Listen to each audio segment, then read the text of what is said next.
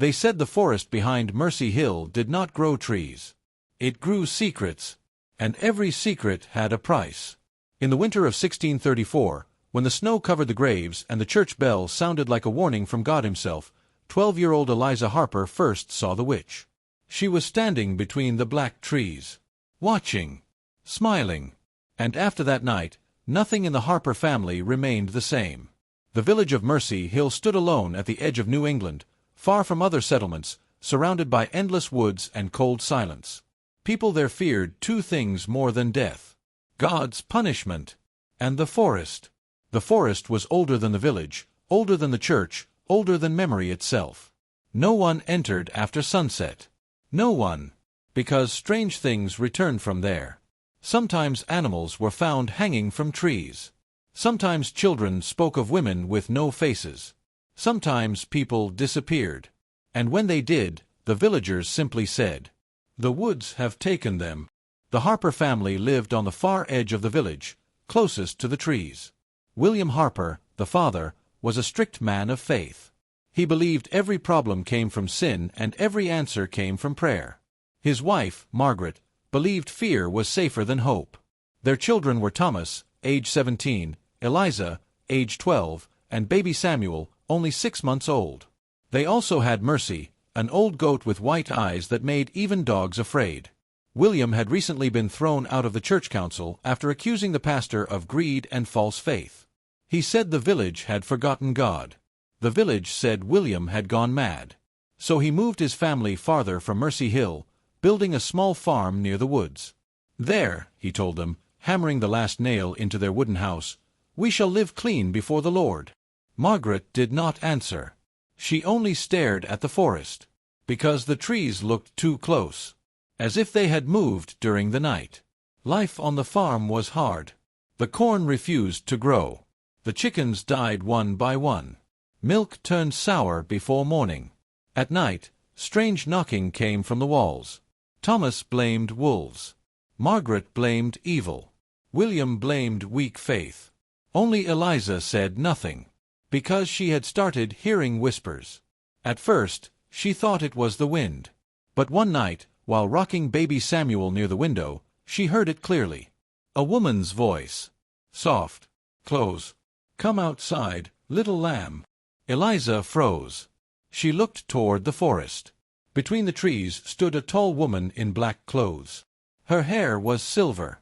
Her skin looked pale like moonlight. And her smile. It was wrong. Too wide. Too patient. Eliza screamed. William ran in with a lantern. But when he looked outside, there was nothing there. Only trees. Only darkness. "You were dreaming," he said. "I was awake," Eliza whispered. Margaret crossed herself. Thomas laughed nervously. But that night, no one slept, because something walked around the house. Slowly. Step, step, step. Circling them until sunrise. A week later, baby Samuel disappeared. It happened in daylight. Eliza was playing peekaboo with him near the garden while Margaret washed clothes. She covered her eyes. 1, 2, 3. She opened them. The cradle was empty. Samuel was gone. No footprints. No sound. No cry. Gone. Margaret's scream reached the whole valley. William searched the woods with Thomas until nightfall. Villagers came with torches. Dogs refused to enter the trees. The pastor prayed loudly. But Samuel was never found. Margaret blamed Eliza. "You let him be taken. I only looked away. You invited this." William shouted for silence, but his own face had changed. For the first time, even he looked afraid. That night, Margaret whispered to him in bed. She saw the woman first. William said nothing. "She hears voices." Still silence. "She brought this evil to our house." In the dark, William opened his Bible with shaking hands.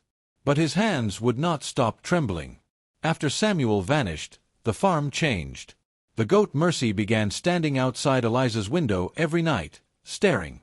Thomas found strange symbols carved into the barn door. Margaret started praying in her sleep. And Eliza. Eliza began dreaming of the woman. In every dream, she stood deeper in the forest, waiting. "Come," she would whisper. "Your family already belongs to me." One morning, Eliza woke with mud on her feet. She had been sleepwalking. Toward the woods. Toward her. Thomas grabbed her arm. "You must tell me the truth." "I am." "Did you speak to something out there?" "No." "Did you make a deal?" She slapped him. He stared at her. Not angry. Afraid. Very afraid. Because for 1 second, he thought her eyes looked different. Older. Darker. Like someone else was looking through them. That evening, the village pastor arrived. He carried a Bible in one hand and iron nails in the other. He nailed crosses above every door. He prayed over every room. He asked Eliza to sit alone with him. She obeyed. He looked at her for a long time. Then asked quietly, "When did the witch first speak to you?" Eliza began to cry. "I don't know if she is real." He leaned closer. "She is real. Evil always is." Outside, thunder rolled across the sky. The pastor lowered his voice. "There was once another girl. 20 years ago. She also saw her." "What happened?" He swallowed hard. "She was burned." Eliza's blood turned cold. "Was she a witch?" The pastor looked toward the forest. His face pale. "I still do not know." Lightning flashed. For a second, through the window. Someone stood among the trees. Watching. Smiling. The pastor saw it too. And for the first time in his life, the holy man stepped backward in fear. That night, Thomas vanished into the woods. And Eliza followed. Because she heard him screaming her name. And deep between the black trees, the witch was waiting. The night Thomas disappeared, the wind screamed like a dying animal. Rain hit the roof like stones. William locked every door. Margaret held a candle so tightly that hot wax burned her fingers, but she did not feel it. "Eliza stays inside," William said. "No one goes near those woods tonight." But then they heard it. A voice from outside. "Eliza!" "Thomas!" It was Thomas. His voice came from the forest. Weak. Terrified.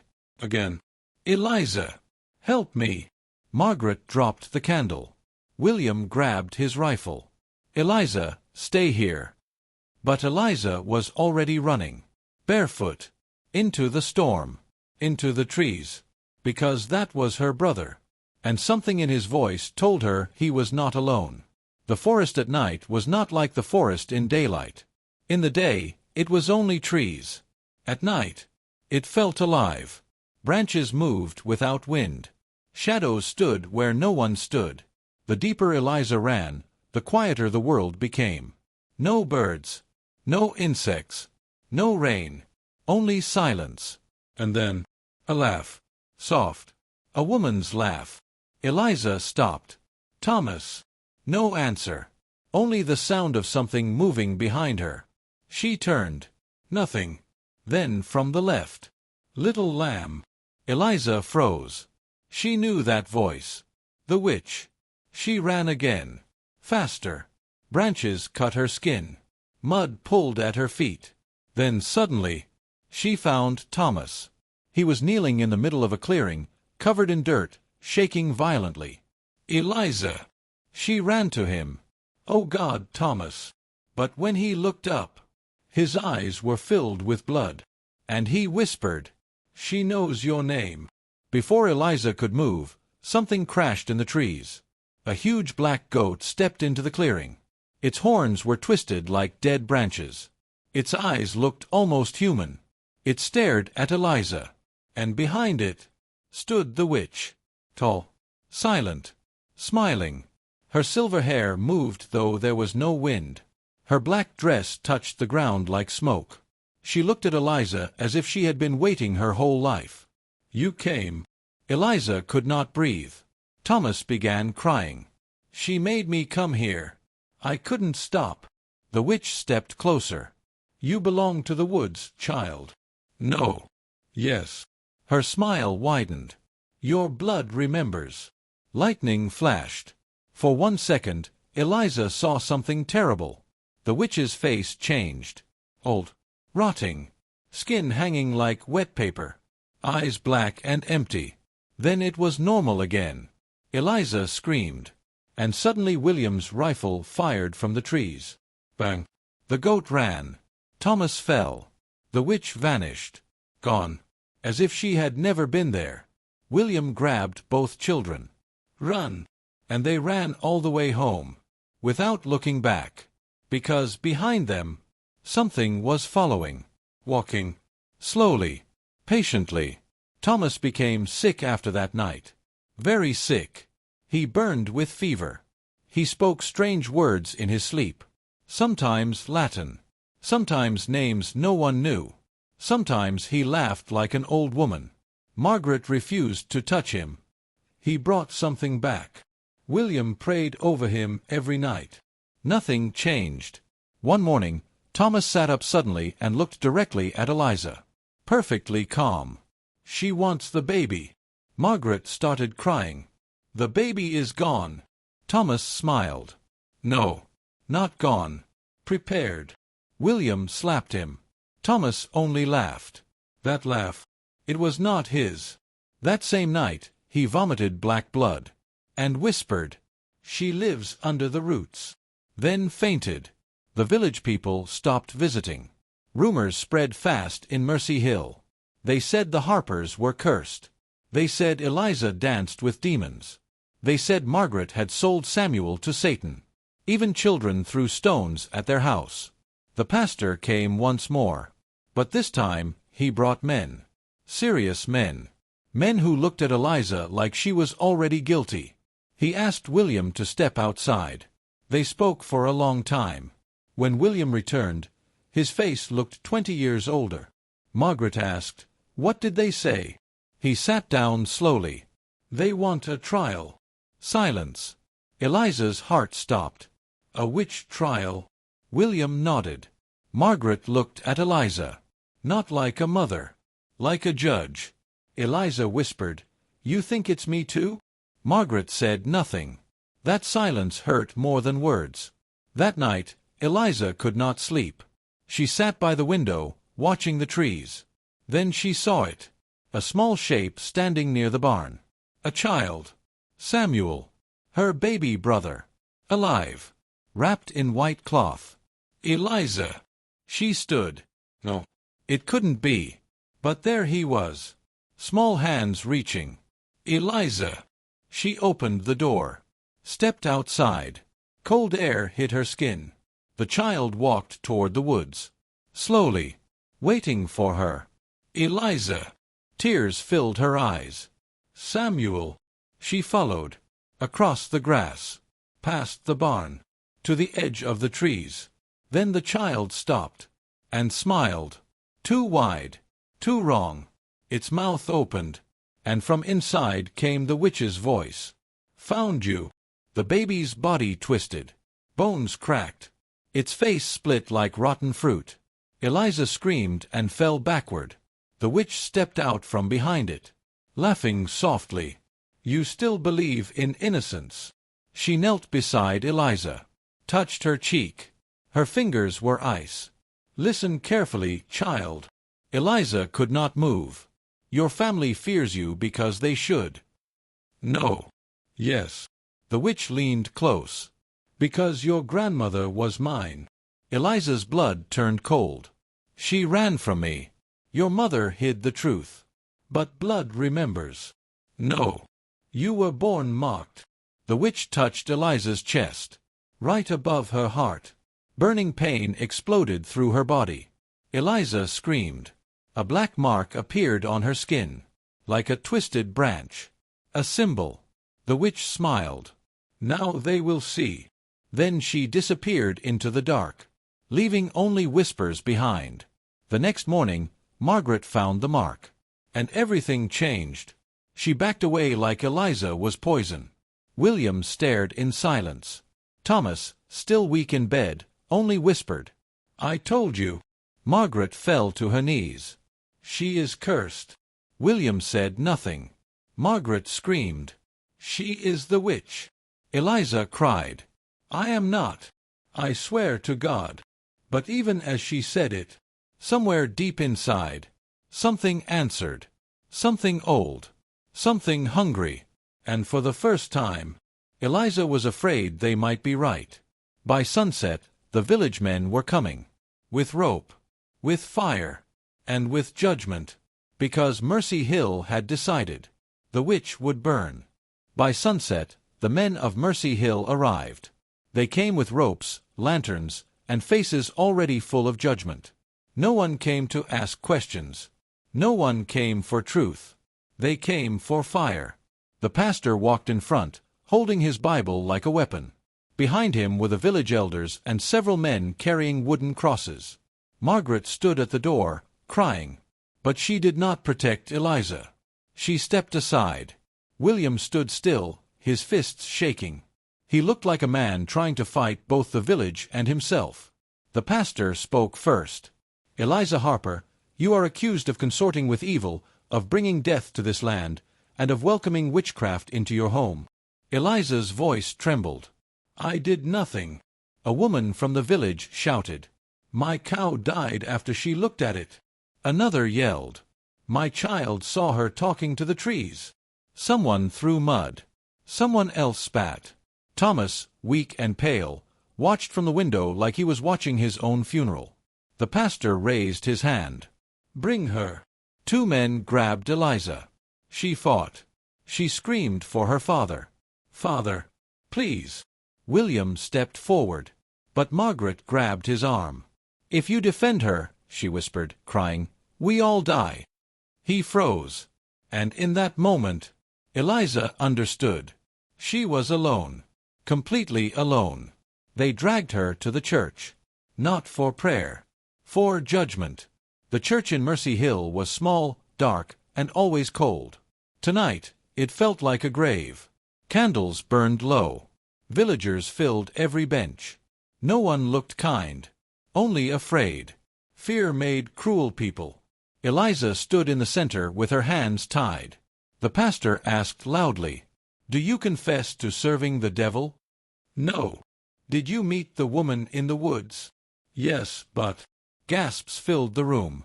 "She came to me. I did not call her." "Did she mock you?"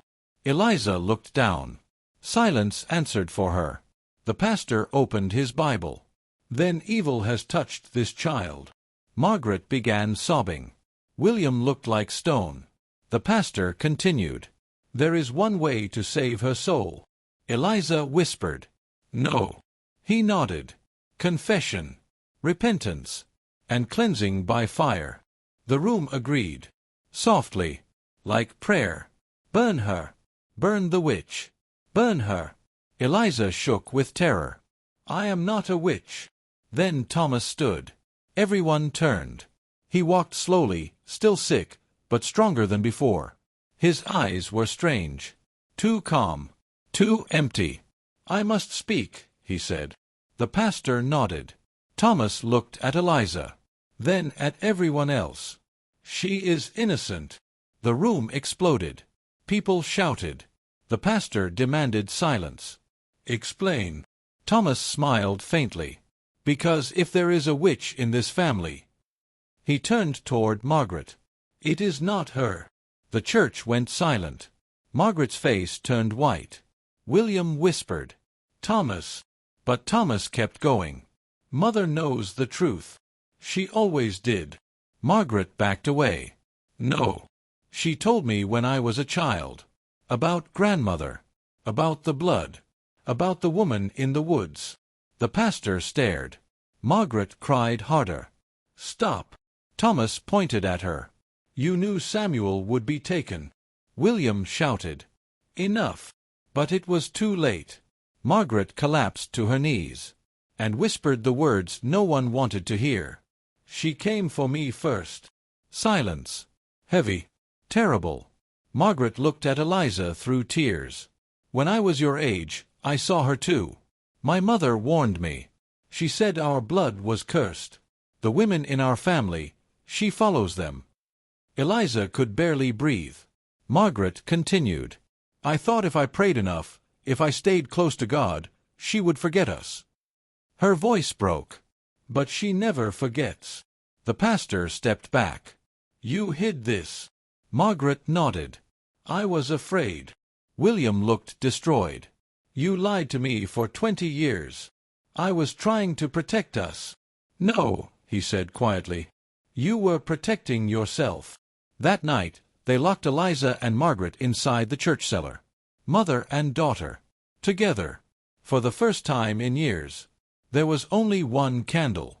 And too much silence. Eliza sat in the corner. Margaret finally spoke. "I should have told you." "Yes. I thought silence could save us. It only fed it." Margaret cried softly. "When I first saw her, she offered me everything. Safety. Power. My family alive." Eliza looked up. "What did you do?" Margaret's silence was the answer. Eliza's blood ran cold. "You made a deal." "No. I refused." "But you listened." Margaret nodded. "And that was enough." She covered her face. She said one day she would return for the first daughter born after the 7th winter. Eliza whispered, "Me." Margaret nodded. "Yes." Outside, thunder rolled. The candle flickered. And from somewhere above came footsteps. Slow. Step, step, step. Eliza stood. "No one is supposed to be here." Margaret's face drained of color. "She's here." The cellar door creaked open. But no one stood there. Only darkness. And the smell of wet earth. Then Thomas's voice came from upstairs. "Eliza!" She ran toward the stairs. Margaret grabbed her. "No." Again.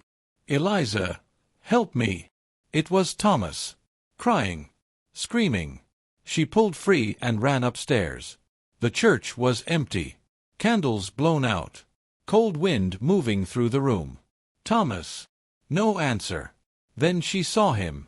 At the altar. Standing still. Back turned. "Eliza," he whispered. She stepped closer. "Thomas." He turned. And smiled. But it was not Thomas. His mouth was full of black soil. His eyes were completely black. And behind him, the witch stood at the altar like a bride in darkness. She smiled. "I told you, little lamb." Thomas collapsed like a puppet with cut strings. Dead. Just like that. Margaret screamed from below. Eliza fell to her knees. The witch stepped forward. "Now the family begins to break." She touched Thomas's cold face. "One soul for another." Eliza cried.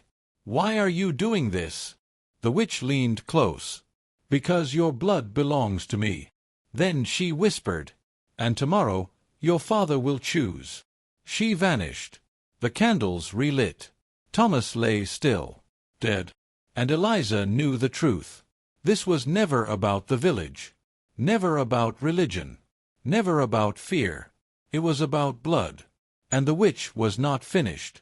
Not even close. At sunrise, Thomas was buried. And before the grave was closed, William made a terrible decision. He looked at Eliza with tears in his eyes and said, "If fire is the only way to save what remains of this family." Eliza stepped back. "No, father." But he could not even look at her. Tomorrow, the witch would burn.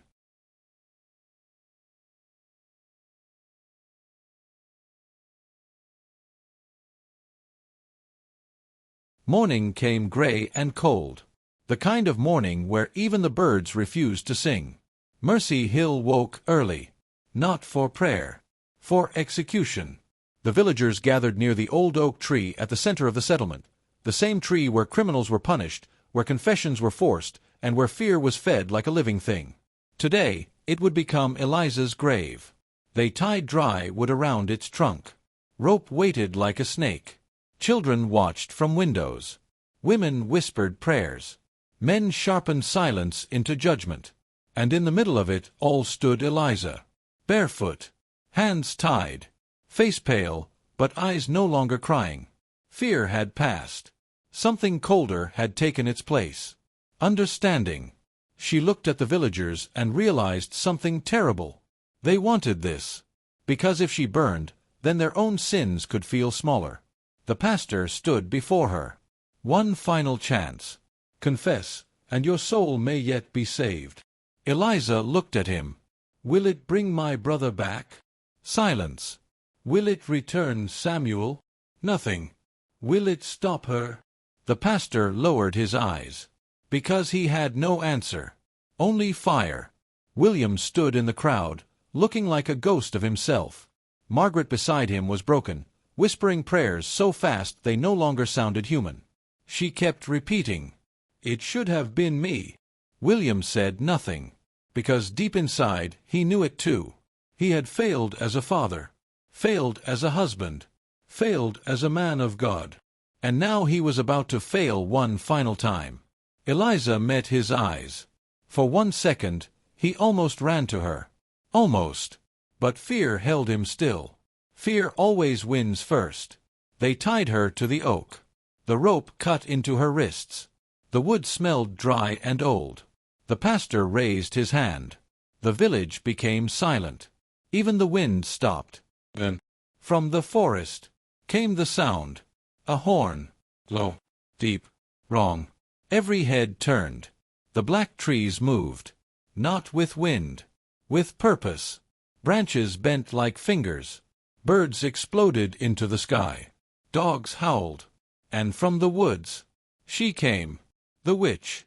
Walking slowly between the trees as if she had been invited. The black goat walked beside her.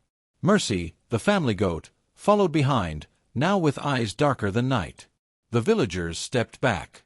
Some dropped to their knees. Some ran. The pastor whispered, "God protect us." But even he sounded unsure. The witch smiled. "Oh, do not blame God for this." She walked straight to Eliza. Untouched by fear. Untouched by fire. She looked at the rope around the girl's hands and laughed softly. "You bind what already belongs to me." William stepped forward with his rifle. "Stay away from my daughter." The witch turned toward him. For the first time, her smile changed. Almost pity. "You still think she is yours?" William fired. Bang! The bullet passed through her dress like smoke. She did not even blink. Margaret screamed. The witch touched the rifle barrel. It turned black in William's hands. Rotting. Dead wood in seconds. He dropped it. Shaking. She stepped closer. "I warned your wife long ago. Blood makes promises even when mouths do not." Margaret fell to her knees. "Take me instead." The witch looked at her. "I already did." Silence. Then she pointed toward the church. Smoke was rising. The church was burning. Villagers shouted. Chaos exploded. But no one had lit it. It burned on its own. The cross at the top cracked and fell. The witch smiled wider. "Faith is a house made of dry wood." Eliza stared at her. "What do you want?" Finally, the real question. The witch stepped close enough that Eliza could smell earth and winter on her skin. "I want what was promised." "I promised nothing." "Not you. Your blood." She touched the black mark on Eliza's chest. It burned like fire under skin. "Long before your birth, your grandmother stood where you stand now. Hungry. Afraid. She asked for survival." Eliza's voice shook. "And you gave it." "I gave her life." The witch's eyes darkened. "And she gave me the first daughter of every generation." Eliza's heart stopped. "No." "Yes." Margaret cried behind them. "She lied. She tricked my mother." The witch smiled. "Every deal sounds like mercy at first." William whispered, "My God." "No," said the witch. "Not yours." The sky darkened, though it was still morning. Clouds rolled like bruises. The villagers fled. Only William, Margaret, and Eliza remained beneath the dead oak. The witch lifted her hand. The ropes around Eliza untied themselves. She stepped free. But she did not run. Because now she understood. Running had never mattered. This had been waiting for her before she was born. The witch held out her hand. "Come willingly, and your parents live." Margaret screamed. "No." William stepped forward. "Take me." The witch looked bored. "I do not want old men and broken promises." She looked only at Eliza. "You walk into the woods with me, and the blood debt ends." Eliza looked at her parents. Her mother, drowning in guilt. Her father, drowning in shame. Both already half dead from fear. She asked quietly, "If I refuse?" The witch smiled. "Then I take them first." The black goat lowered its horns. The wind screamed through the trees. And William, for the first time, truly begged, "Please, daughter." Eliza closed her eyes. She was only 12. She wanted to be a child. She wanted sunlight. She wanted Samuel laughing, Thomas alive, a mother without fear, a father without pride. But the world had not given her those things. Only this. She opened her eyes and said, "I will go." Margaret screamed her name. William fell to his knees. The witch smiled like winter itself. But before Eliza could take her hand, the pastor returned, covered in ash, holding a Bible in one hand and a knife in the other. He shouted, "No," and ran straight at the witch. The blade plunged into her chest. For 1 second, everything stopped, even the wind. The witch looked down at the knife. Then slowly, she laughed. A terrible laugh. Because there was no blood, only darkness. She pulled the knife out herself, and whispered, "Poor holy man." Then she touched his face, and the pastor aged. In seconds, skin wrinkled, hair turned white, eyes hollow. He collapsed like dry leaves, dead. The villagers watching from far away began to scream, because now they knew. This was no rumor, no sickness, no madness. This was evil made flesh, and it had come to collect. The witch took Eliza's hand, cold as a grave. "Now," she whispered, "let us go home." And together, they walked toward the forest, while her parents watched, unable to save her, unable to follow, because some doors, once opened, never close again.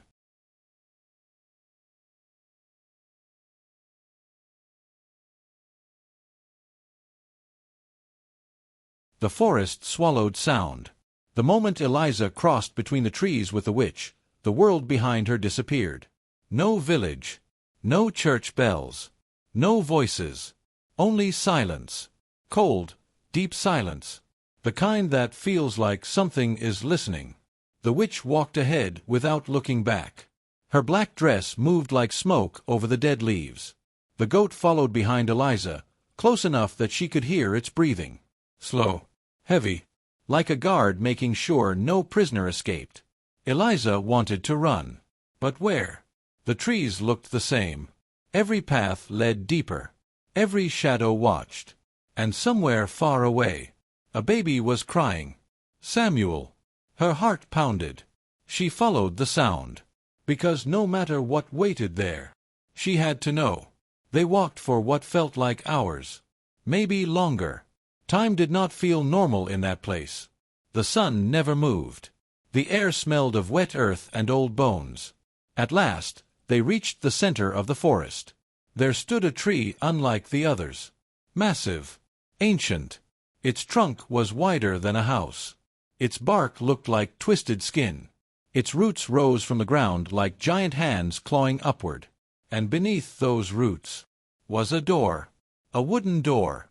Old. Black. Half buried in the earth. The witch stopped. "This," she said softly, "is where promises live." She opened it, and warm air came out. Warm. And smelling of blood. Eliza wanted to scream. Instead, she stepped inside. The place beneath the tree was not a cave. It was a house. A strange house built underground, with walls of roots and stone. Candles burned without flame. Shadows moved where no one stood. Shelves were filled with jars. Inside them, teeth, bird bones, locks of hair, tiny shoes. children's names carved into glass. Eliza felt sick. "What is this?" The witch answered calmly. "Memory." Eliza saw one jar labeled, "Samuel Harper." Her hands shook. "No." She grabbed it. Inside was Samuel's silver rattle, and a small curl of baby hair. Tears filled her eyes. "What did you do to him?"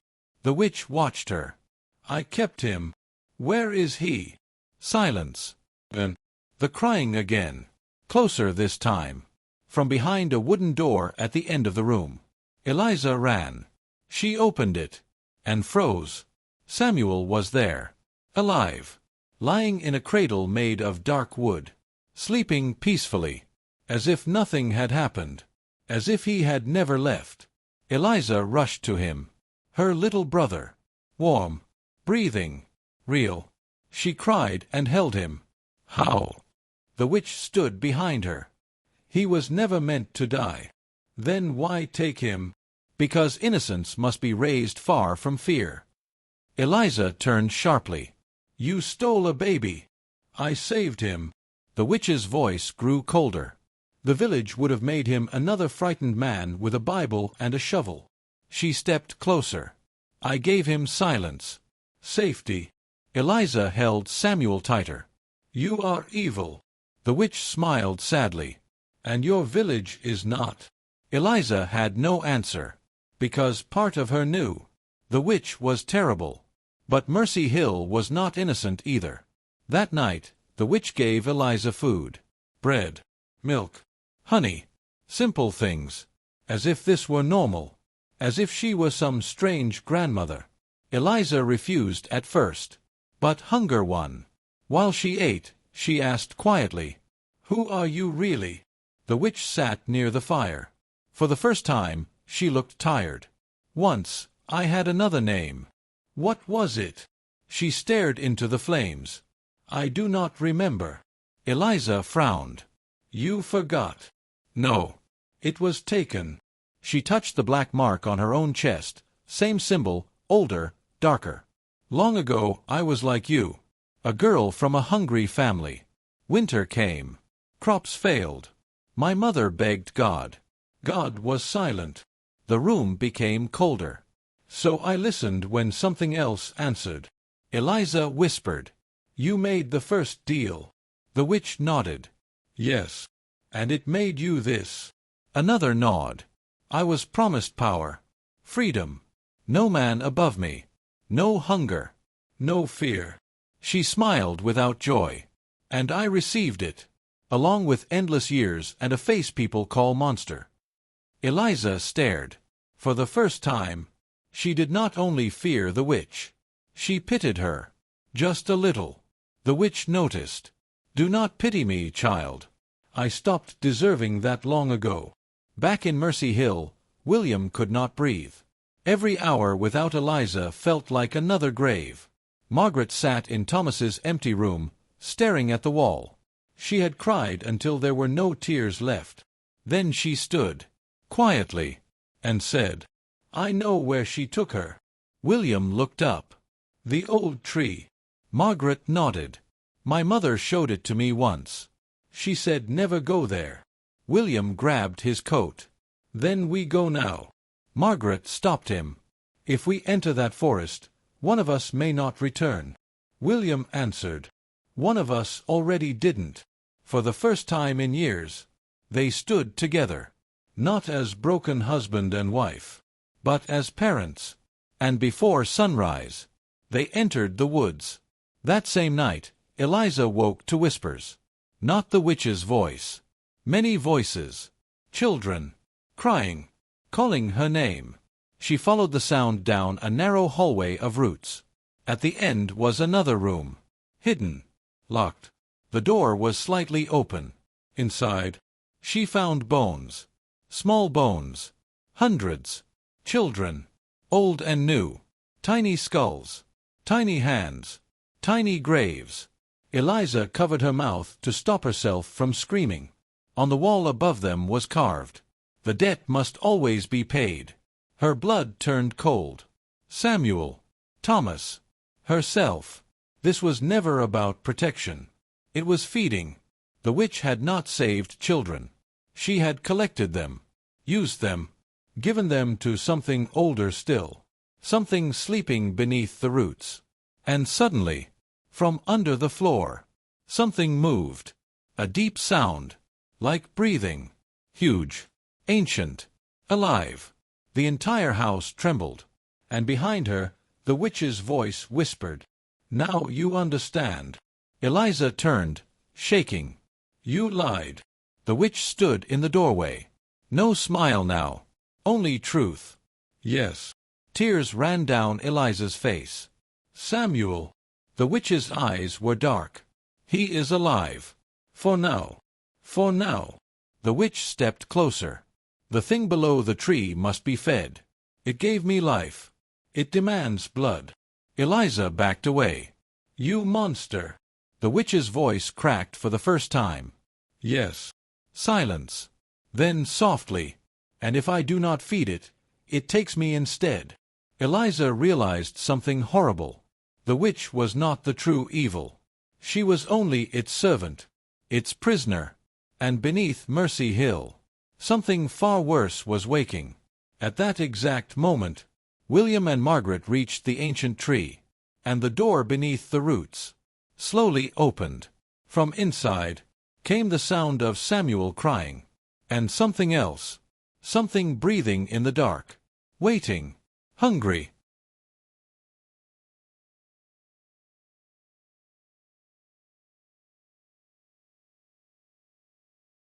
The door beneath the roots stood open. William held the lantern so tightly his hand shook. Margaret stood beside him, pale as death. From below came Samuel's crying. And beneath that, something worse. A slow, deep breathing, like the earth itself was alive. William looked at Margaret. "If we go in, there may be no coming back." Margaret answered quietly, "We should have come years ago." And together they stepped inside. Below the tree, the underground house waited in silence. Candles burned without flame. Shadows crawled across the walls. William saw the jars. Hair, teeth, tiny shoes. He nearly fell. Margaret whispered, "All these years." She had feared the witch. But now she understood. Fear had never been enough. This place was built from sacrifice, from generations of stolen children. And somewhere inside, their daughter was waiting. "Eliza!" William shouted. His voice disappeared into the roots. Then came her answer. "Father!" They ran toward it. At the far end of the house, Eliza stood near the hidden bone room, holding Samuel close. Alive. Crying. Real. Margaret collapsed with relief. "My baby!" She grabbed Samuel and held him like she would never let go again. William pulled Eliza into his arms. For 1 second, they were only a family again. Broken, but together. Then the witch stepped from the shadows.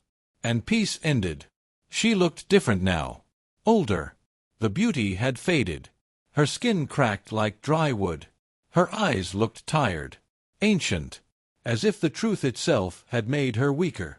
She looked at Eliza first. "You should have stayed asleep." Eliza stood in front of her family.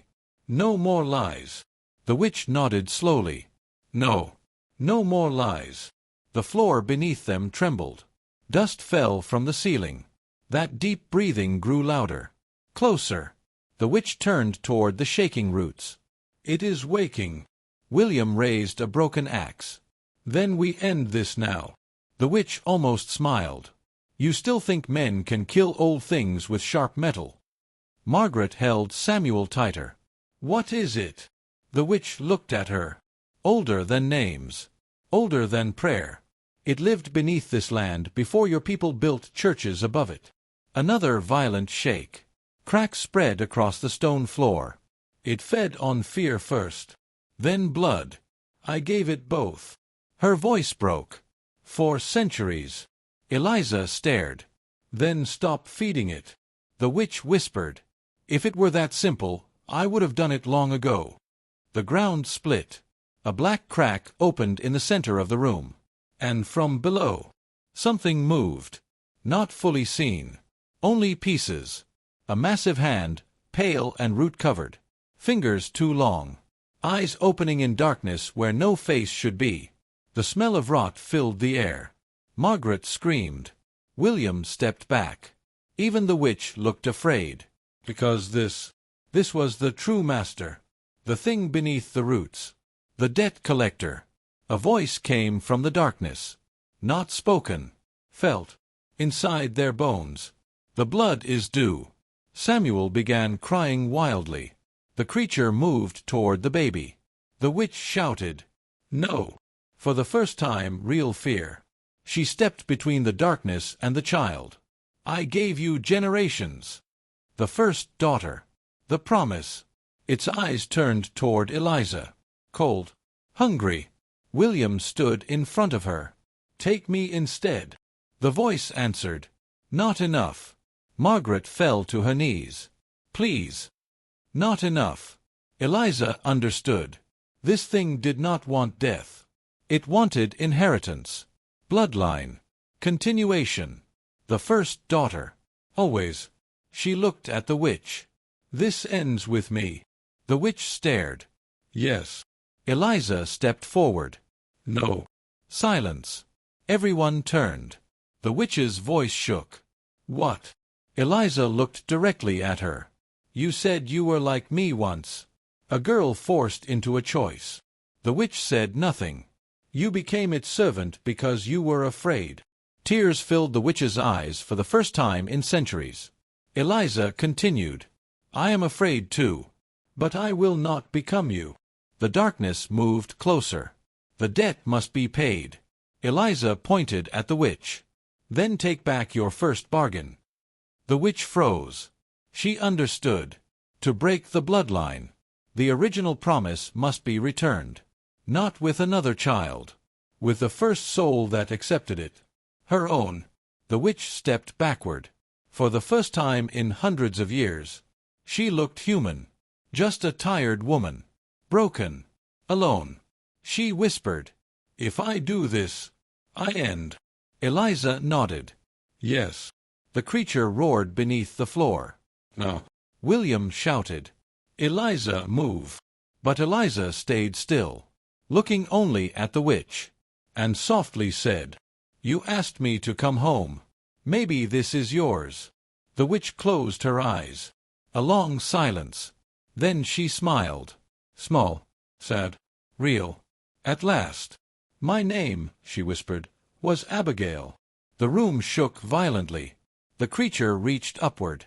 And Abigail, the witch, stepped forward. Not as a monster. As a woman. She stood before the darkness and said, "I return what was mine to give." The black mark on her chest burned like fire. She screamed. The roots wrapped around her body. The creature pulled. The house trembled like it would collapse. Abigail looked once at Eliza. And in that final second, there was gratitude. Then she let go.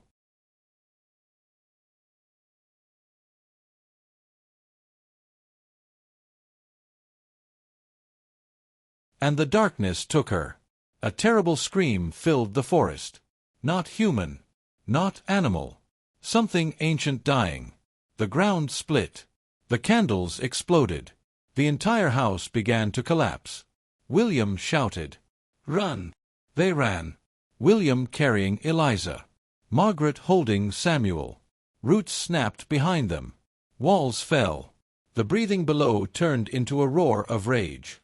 The black goat screamed somewhere in the dark. Then silence. As they burst from the door beneath the tree, the ancient oak itself began to die. Its branches cracked. Its trunk split down the center. And with one final sound like thunder, it collapsed. The earth swallowed the roots. The door vanished. Gone. As if it had never existed. Morning sunlight touched the forest for the first time. Real sunlight. Warm. Alive. The woods were quiet. Not watching. Not waiting. Free. Weeks later, Mercy Hill buried its dead. Thomas. The pastor. And the truth. No one spoke much of what happened. Some called it punishment. Some called it mercy. Most called it silence. William changed. He prayed less, listened more. Margaret stopped living in fear, because fear had already taken enough. Samuel grew strong, laughing like no darkness had ever touched him. And Eliza still dreamed of the forest sometimes, but never of chains, only of a woman standing among trees, silver-haired, smiling softly, not frightening anymore, just watching, like a promise finally kept. One spring morning, Eliza stood where the old oak once stood. Only grass remained. She whispered, "Goodbye, Abigail." The wind moved gently through the trees, and somewhere far away, it sounded like a woman laughing. Free at last. The end.